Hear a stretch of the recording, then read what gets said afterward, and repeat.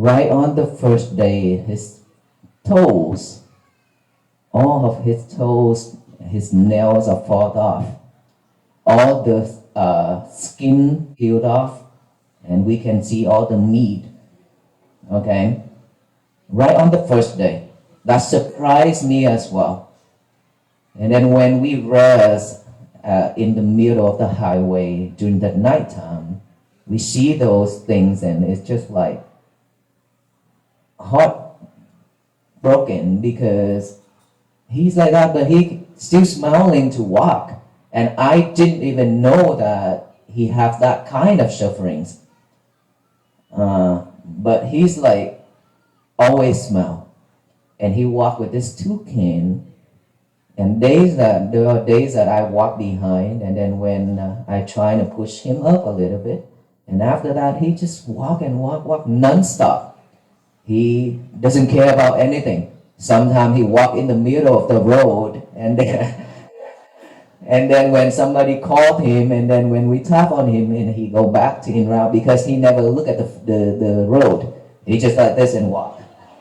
Okay, and he's the one monk who give a talk, and he say, what is it again, Venerable? Yes or no? Okay. Every single statement, every single sentence, he asks the people yes or no.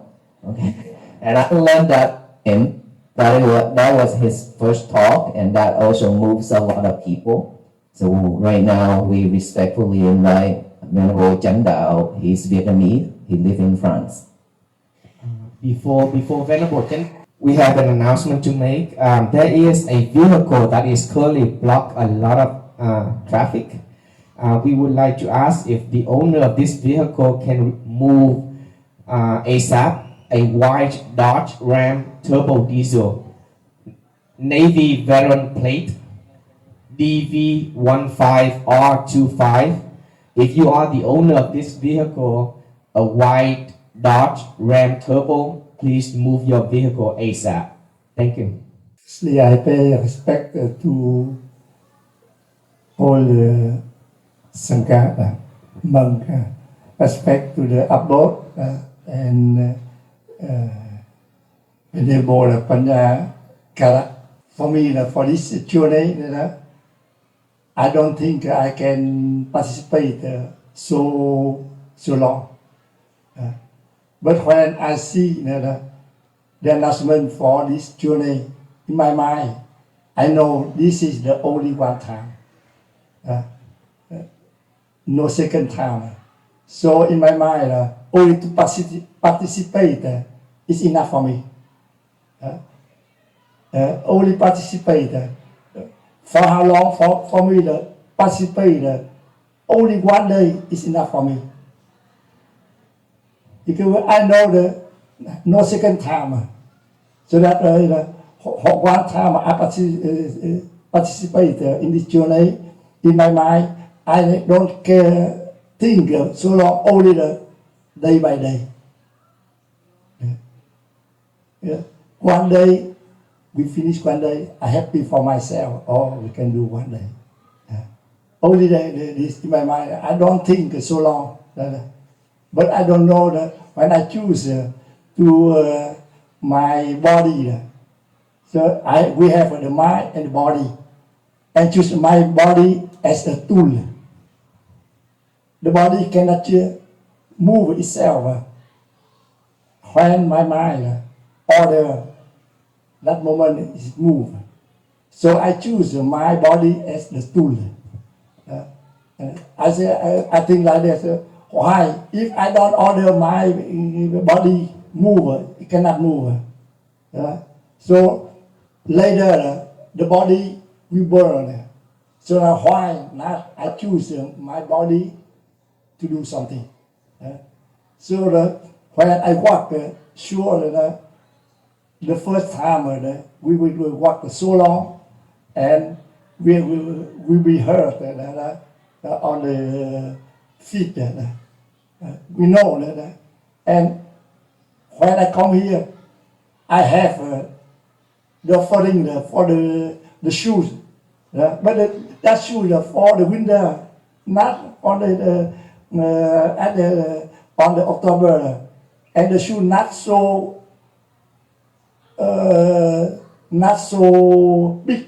It's a narrow. So when because they offer me, so I don't know. Okay, I take at beginning these shoes, and only for the first week I have pen on the two nail, the small one on two leg. I have a pen at the beginning, and more and affected on my tool. We can see the first the two nail is get away, and after that infected in my chair and also on my os in my bone. I know that it's a pain, yeah. But when I walk, I order we have to walk, so that when I feel the pain, but in my mind it's so strong. I order my body move, so it can continue to move. But when we move, we don't feel pain. The pain is the maximum pain. I feel maximum the pain. I know in that level, not more. So okay, I can accept that. I can bear this pain. Okay, what? So I continue, and and my painful and continue it's lasted 2 months. For my yes, 2 months for my two now. Which well, but for I have what I happy that I know that all that because if I not don't order my body I can but I can't order so I can accept so like this so day by day one time I accept the pain don't afraid don't make me afraid so I continue and when I walk I look my pen and I smile with my pen. The same I always my pen full and my smile. I look at my pen and I smile. The pen is pen. It's not mine, but I accept. I am smile with my pen. By that way I can continue when I walk. I only think one day by one day. I don't think so long. At beginning, because normally I walk with my stick. When I was 50 years, I walk with my stick already. So when I walk with my stick, I walk at beginning. But one time I so pain one stick so I Jesse help me one time he help me to walk. The one day I think if I have a two stick it's better for me. So I asked if I can have two stick and cheap in order for me two stick. And at that moment I have a two stick I walk. But one day have one person he come to be visit and he walked with the walking stick for the snow with the snow very light. So he showed me that you would like to change. I look at very light. Okay, I like this. So she offered me this two walking stick. And that moment I walk easily. I feel very light for me, and I walk easily. At that moment, I take all the way with my two sticks. And on the journey, I recover myself. When at the beginning on the Texas, more than 1 month, I walk Texas effort easily. But one time we go to another state, have with the hill. At the moment I recover my body, I cannot prefer when I go up. When I go up, at that moment, I cannot pray. One time I cannot pray, I can do nothing. I have to stop. Just to control my breath, and after that I can walk. But I can walk. I walk but slowly. I can walk quickly at the flat land. I cannot. I walk slowly. When I walk slowly, so long with another monk, and the police he cannot wait. He push us how to walk quickly. I cannot. Yeah. So I have to go get up on the RV. He bring me up on the top. After that, I get off. I continue to walk. So in this journey, I know many things from our body, because this journey we have occasion to know.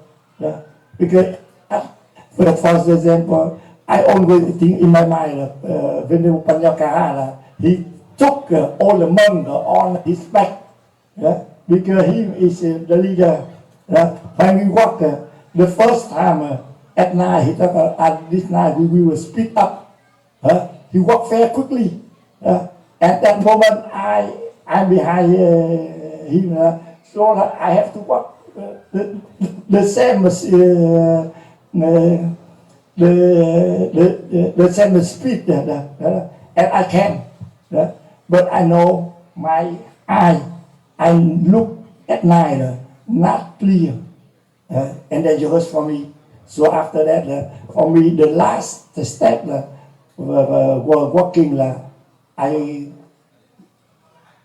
get up on the RV, so that for the accident. For the Laotian monk, that is my place, not him. Why? Because that moment is the last step, and I get up on the RV.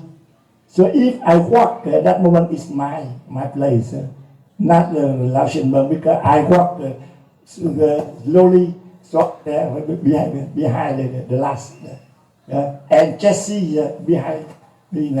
And that night, I didn't walk together because I know that my eye I cannot see well, so I get up. When I heard an accident, I think the first I think is the Thai monk, the oldest of the Thai monk, but when I heard that is the youngest, the Mahadam, he have an accident.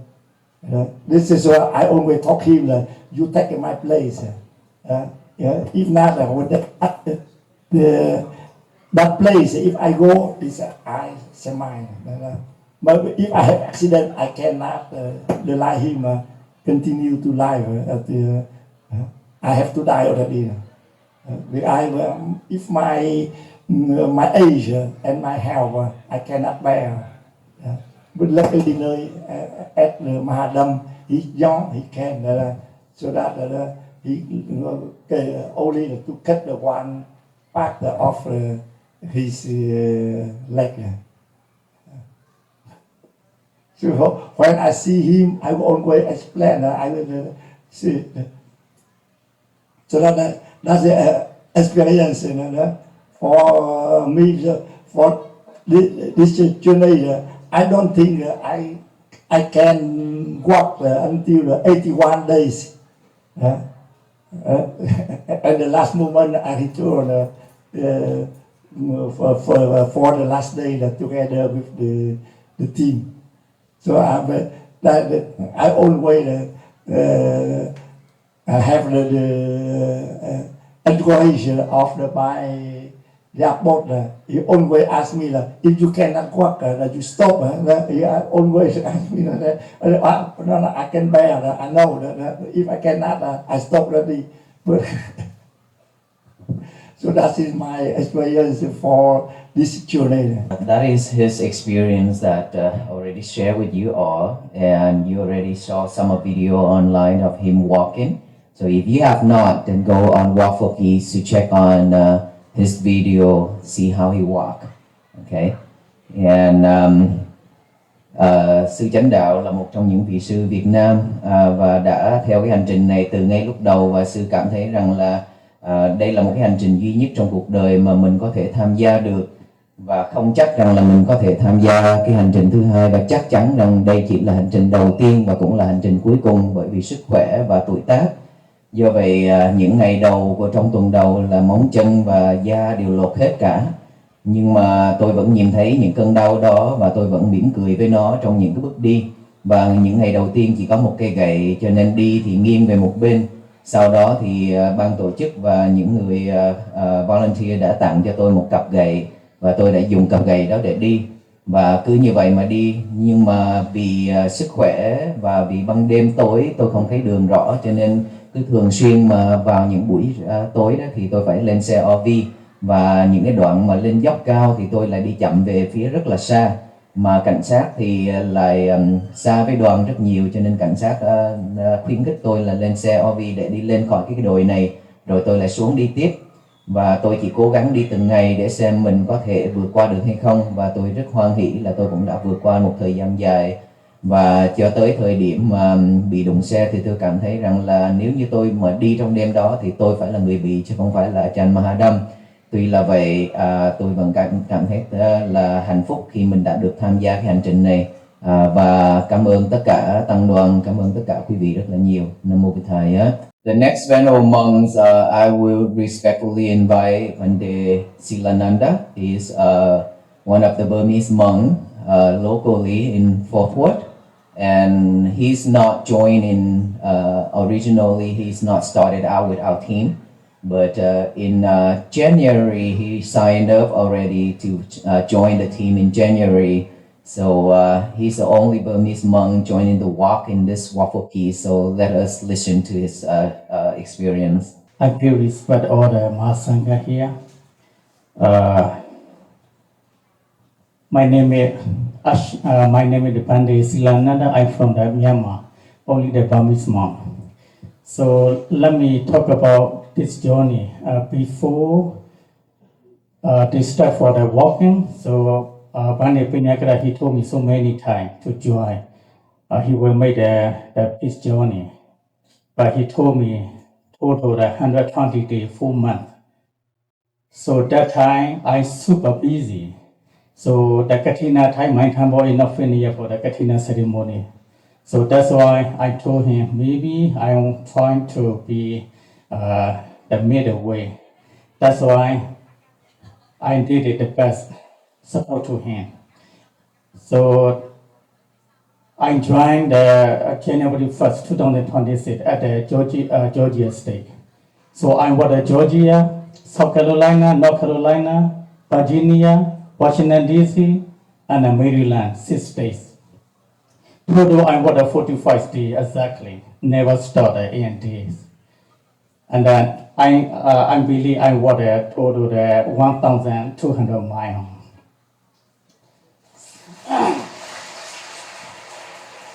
So in the 45 days, I have a lot of experience. The sacred walk, finding peace in every step. Imagine, for a moment, the longest road you have ever traveled. Perhaps it is a physical highway, stretching endlessly toward a shimmering horizon, or perhaps it is a metaphorical road, a difficult career path, a season of grief, or the long, quiet struggle to find purpose in a chaotic world. We are all, in our own ways, walkers on a vast and sometimes unforgiving pavement. We carry the weight of our histories in our backpacks and the fragility of our hopes in our chests. It is easy to feel small against the magnitude of the journey, to look at the miles ahead and feel our spirits falter before our feet even take the first step. Yet, it is precisely on this hard, unyielding ground that the most profound lessons of the human spirit are learned. There is a story of a pilgrimage, a walk for peace, that illuminates this universal journey. It is not a story of superhuman athletes conquering a finish line, but of fragile, mortal beings engaging in a radical act of love. Among the walkers is Venerable Chen Dao, a Vietnamese monk whose experience offers us a mirror to our own lives.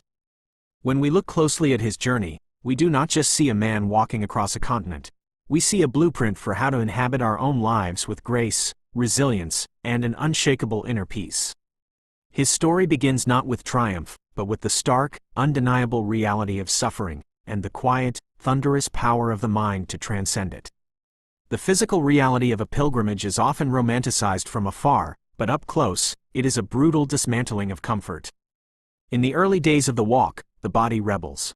For the monk, the suffering was immediate and graphic. The friction of the road stripped the skin from his feet, his toenails blackened and fell away, leaving raw flesh exposed to the elements. To the observer, this sounds like torture. We might ask, why continue? Why push a body that is clearly breaking down? But here lies the first profound shift in perspective. The monk does not view his body as the master of his experience, nor does he view it as a victim of the road. He views it, with compassionate detachment, as a tool. I choose my body as a tool, he reflects. There is a startling clarity in this admission. He acknowledges a fundamental truth that many of us spend our lives avoiding: the impermanence of our physical form. Later, the body will burn, he says, referencing the inevitable end of all living things. If the body is destined to fade, to wither, and eventually return to the earth, then the question becomes, how shall we use it while it is here? Shall we preserve it in cotton wool, safe but stagnant? Or shall we spend it, consciously and intentionally, in the service of something higher? By ordering his mind to lead, the body follows. It is a testament to the power of intention. When we wake up in the morning, dreading the difficulties of the day, the difficult conversation, the tedious work, the physical pain, we are often letting the body, our sensations, our lethargy, our fear, dictate our reality. The monk teaches us that the mind is the captain. When the mind decides that peace is worth the step, the feet, however broken, will find a way to move. However, a strong mind alone is not enough to conquer a journey of 1,200 miles. If we fixate on the sheer magnitude of the distance, we are crushed by the weight of the future. The human mind is notorious for its ability to catastrophize, to project current pain into an endless future. We think, if it hurts this much today, how can I possibly survive 3 months of this? This is the architecture of anxiety. It is the heavy burden of the what-ifs. The monk's solution is a radical contraction of focus, a practice of deep, protective presence. One day is enough for me, he decides. He refuses to let his mind travel to the finish line, or even to the next week. He creates a sanctuary within the boundaries of a single sunrise and a single sunset. In his mind, there is no second time, no return trip, and no tomorrow. There is only this day. By treating each day as a singular, self-contained life, he liberates himself from the crushing pressure of the destination. We can apply this day-tight philosophy to our own overwhelmed lives. When we are navigating a crisis, a divorce, a diagnosis, a financial collapse, the future feels like a terrifying abyss. We exhaust ourselves trying to solve problems that haven't happened yet. But what if we adopted the pilgrim's mindset? What if we said, I do not need to have the strength for the next 10 years. I only need the strength for this Tuesday. Suddenly, the impossible becomes manageable. We stop carrying the luggage of the future, lightening our load significantly. We discover that we usually have exactly enough strength for the present moment. It is only when we try to hoard strength for the future that we feel bankrupt. As the journey progresses and the day-tight compartments accumulate, the walker inevitably encounters the companion that no one invites but everyone meets: pain. In our culture, we are conditioned to view pain as an error, a mistake, something to be medicated, ignored, or fled from. We treat discomfort as an invasion.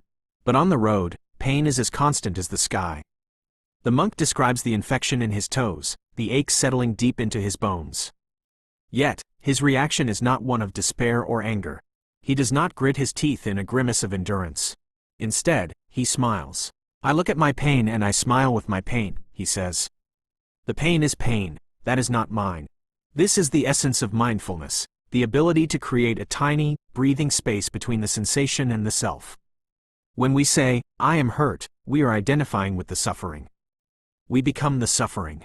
But when we say, there is pain here, we become the observer. The monk watches the sensation of burning in his feet with the same curiosity he might watch a cloud passing overhead. He acknowledges it, he bows to it, but he does not allow it to evict his inner peace. This smile is not a mask of fake happiness. It is a smile of radical acceptance. It is a signal to the nervous system that there is no danger, only sensation. How many of us can smile at our metaphorical blisters? When we are insulted, when we fail, when we are rejected. These are the blisters of the ego. Our instinct is to lash out or shut down. But to smile at the difficulty, to say, "Ah, here is frustration, I see you," strikes the chains of suffering. By refusing to be an enemy to his own experience, the monk conserves the energy that would otherwise be wasted on resistance. He walks with the pain, not against it, and in doing so, he disarms it.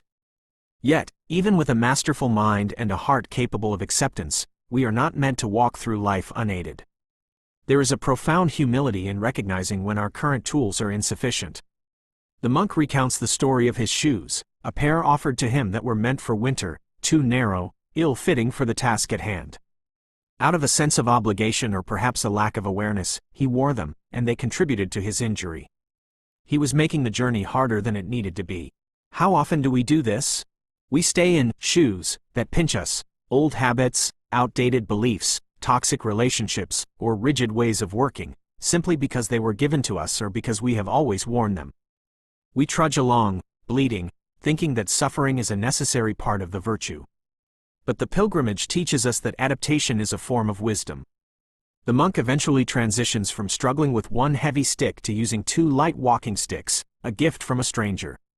The difference is transformative. "I feel very light. I walk easily," he recalls. The transition from the heavy stick to the light ones is a beautiful metaphor for the spiritual path. We often start our journey relying on heavy, blunt tools: willpower, force, judgment. We think we have to beat ourselves into submission to be good people. But as we mature, we are offered lighter tools: compassion, gentleness, curiosity. These tools support us without weighing us down.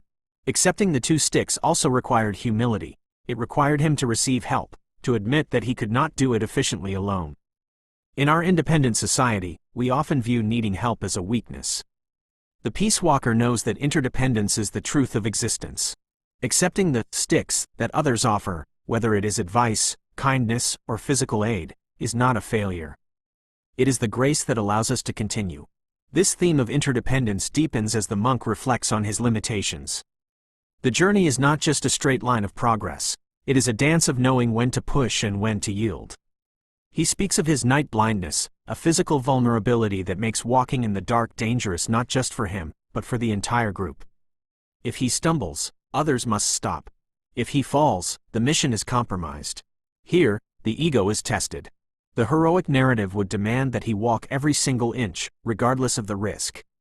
But true wisdom operates beyond the ego. He chooses to board the support vehicle, the RV, during the treacherous night segments and the steep hills where his breath fails him. He steps aside. This is a profound act of love. He prioritizes the safety of the collective over his personal record. He understands that he is part of a sangha, a community, and that his well-being is inextricably linked to theirs. This interconnectedness takes a somber, heart-wrenching turn when he speaks of the accident. Another monk, younger and stronger, was struck by a vehicle, losing a leg. The older monk's reflection on this tragedy is hauntingly tender. He confesses that he often felt he should have been the one in that position. He was the one who usually walked in the back, in the shadows. He was the one who needed to rest on the RV. In his mind, his life was nearer to its end, his body already burning, while the younger monk had so many miles left to go. "I have to die already," he muses, expressing a willingness to have taken that suffering upon himself. This is the peak of the peace walk, not the mileage covered, but the expansion of the heart. It is the realization that we are not separate. The pain of the brother is the pain of the self. This survivor's guilt is transmuted into a fierce, protective compassion. It underscores the fragility of life and the randomness of fortune. We are walking on a highway where fast cars pass us by. Tragedy can strike at any moment. This does not make the walk futile. It makes it sacred. It reminds us that we must cherish our fellow walkers, protect them, and honor their sacrifices. The journey is not a solitary conquest. It is a shared endeavor where the strength of one carries the weakness of another, and the sacrifice of one breaks the hearts of all, only to heal them stronger. As the essay of this journey draws to a close, we find the monk, battered, healed, aided by sticks, humbled by tragedy, still looking toward the horizon. He acknowledges that he may not be able to walk every step of the remaining distance. His health is a flickering candle, but his resolve is a roaring fire. The last moment, I will join for the last day together with the team, he vows. He is committed to the finish, not as a display of athletic prowess, but as a testament to the spirit of the walk. He knows that he can stop if he cannot bear it. He has given himself permission to be human. But within that permission, he finds the strength to continue. This is the final lesson for us. We do not need to be perfect. We do not need to walk 1,200 miles without stumbling. We are allowed to have blisters, we are allowed to need new shoes, we are allowed to rest in the RV when the night is too dark. But we must keep our faces turned toward peace. So, as you step back into the pavement of your own life today, remember the monk with the taped-up toes and the quiet smile. Remember that your mind can order your body to do difficult, beautiful things. Remember that one day is enough. Remember to smile at the pain that is not yours to keep. Accept the walking sticks that are offered to you. And above all, walk gently, knowing that you do not walk alone. The road is long, yes, but every step taken in mindfulness is a destination in itself. Peace is not waiting for you at the end of the highway. Peace is the rhythm of your feet, right here, right now.